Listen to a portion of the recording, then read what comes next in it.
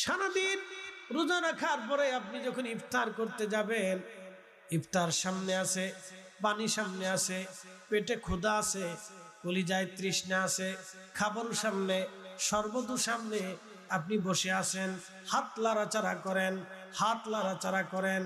ঠিক তখনই আল্লাহ ডাক দে, ও ফেরেশতারা, তোমরা নে মানব জাতি বানাইতে নিষেধ করছিলা ফেরেশতারা, দেখ তোমরা না বলছো আনাহনু নুসাব্বিহু বিহামদিকা ওয়া নুকাদ্দিসু লাক।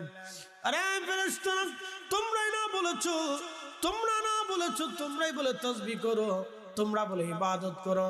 ফেরেশতারা রে দেখ, আমারে বান্দা সারাদিন রোজা রাখার পরে, পেটে তৃষ্ণা থাকার পরে, পেটে খিদা থাকার পরে, কলিজায় তৃষ্ণা থাকার পরে, আমারে বান্দার সামনে খাবার আছে, পানি আছে, তারপরে আমারে বান্দা খায় না।